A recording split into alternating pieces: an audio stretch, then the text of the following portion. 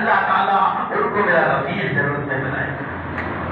تو اگر جنت میں اللہ کے حبیب کے رفیق بننا چاہتے ہیں تو ہمارا کام ہے کہ لمحے لمحے زندگی کو سنوارے, سیجے, تیار کرے اللہ کے رسول کے اسوے کے مطابق, سنتوں کے مطابق, اور ہر زندگی کی کیفیتوں میں, اداؤں میں, مسکرانے میں, کلام میں, گفتار میں, معاملات میں, آپسی میل ملاپ میں, پڑوسیوں کے ساتھ, خاندان میں, رشتہ داروں میں, آپسی ہر ایک پہلو حیات اور ہوتے ہیں رسول کی اداؤں کو سراہنے والے.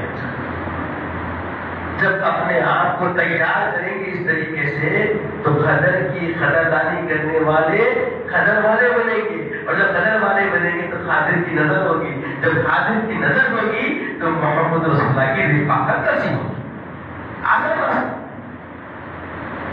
آسان راستہ ہے, کھلے پہلو ہے کہ زندگی کو بس ایسے جینا ہے جیسے میرے آقا نے جی کے بتایا ہے.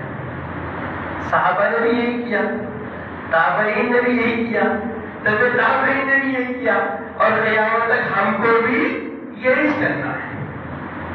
کیا بولے ابھی آپ کے نائب امام صاحب کیا فرمائے؟ اس بار کا جب یہ عالم ہے تو اس بار کا عالم کیا ہو. سن کے صحابہ کی باتیں کفار مسلمان ہوتے. اس بار کا جب یہ عالم ہے تو اس بار کا عالم کیا ہو. تو گفتار رسول سمجھنا ہے تو اپنی زندگیوں میں رفتار لانا ہے, اور رفتار کس بات کی لانا ہے؟ جیسے صحابہ نے اپنی زندگیوں میں انقلاب برپا کیا. ایک موقع آیا, ایک صحابی رسول کے ساتھ ان کے بچے بیٹھے ہوئے تھے, گھر میں کدو پکایا گیا تھا, بولے کدو ڈالتے بیٹا بولا مجھے پسند نہیں چاہیے. تلوار نکال دی, بہت پسند ہے تو غلط ہو کرے دو کیونکہ میرے آقا کو یہ پسند تھا. دیکھیے اللہ, دیکھیے ہے ایسے زندگی خریدی ہمارے پاس. کیا وجہ ہے؟ بہت پسند ہے کدو. آقا فرماتے ہیں ایک موقع آیا, اگر تم بات کر جائے جو کدو کھائے گا وہ جنت میں جائے گا. مطلب بہت تفصیلی واقعہ ہے پورا. جب میرے آقا نے کدو کو پسند فرمایا, آقا علیہ السلام کدو کو ڈھونڈ ڈھونڈ کے جاتے تھے.